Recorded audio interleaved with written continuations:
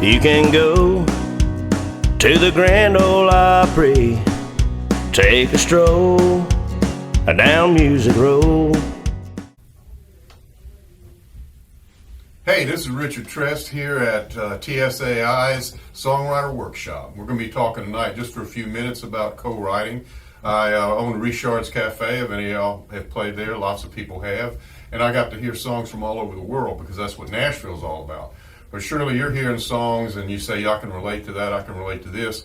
To find a person to co-write with, and I've co-written probably 200 songs and probably another 200 by myself over 25 years of writing. And I can tell you that co-writing, most times, especially in Nashville, it may just be one co-write.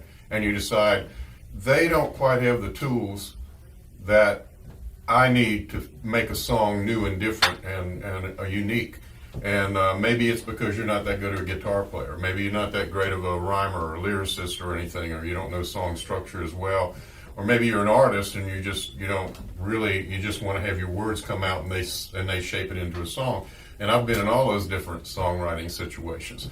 And so written with people from Brazil and from England. I got one of my favorite songs from England called A Box of Rocks. And how we got there is just a great story. And that's where you want to do. When you set a songwriting appointment with someone, make sure you leave the time and space of maybe even a half hour. Depends on how much time you got for a co-write. You want to start off with at least 5 or 10 minutes of just getting to know each other, even if you're best friends, you know, what's going on today or whatever. And out of that discussion, a lot of times a song will come. And it might not be the song you work on today, but the fellow I wrote with today, David Rutter, he's got 2 daughters. I've got a daughter, 2 daughters actually. And we're going to write a daughter song next time we get together, but we had this idea that I got kind of on the way here, and he can relate to it. That's the other secret. Find somebody that can relate to how you see things, where you've been, your history and stuff. That's not always true, but at least someone that has a similar vibe to you, whether you like, up-tempo rock or whatever. And that way you can kind of zone in on a song that's going to be either for you, and you have to admit that. If you think you're the artist that's going to sing this thing, you write in your voice more than theirs, or vice versa. If I'm writing with an artist that's touring, I'm going to write more in their voice, so I'm going to look for words that they would say. I'll challenge, even if I got a cool line, if they wouldn't say it like that, let's throw that away, and how would you say that? And if that place it needs to be in, then it comes out. So it's a good compromise situation.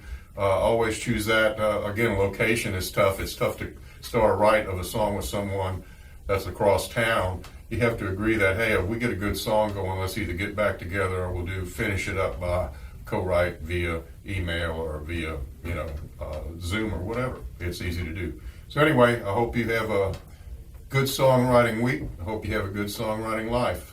Music chooses you.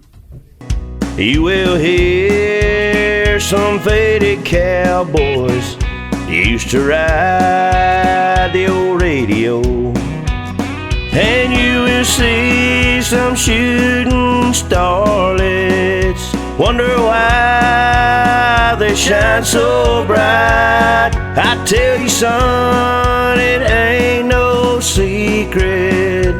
Songwriters helping writers down at TSAI.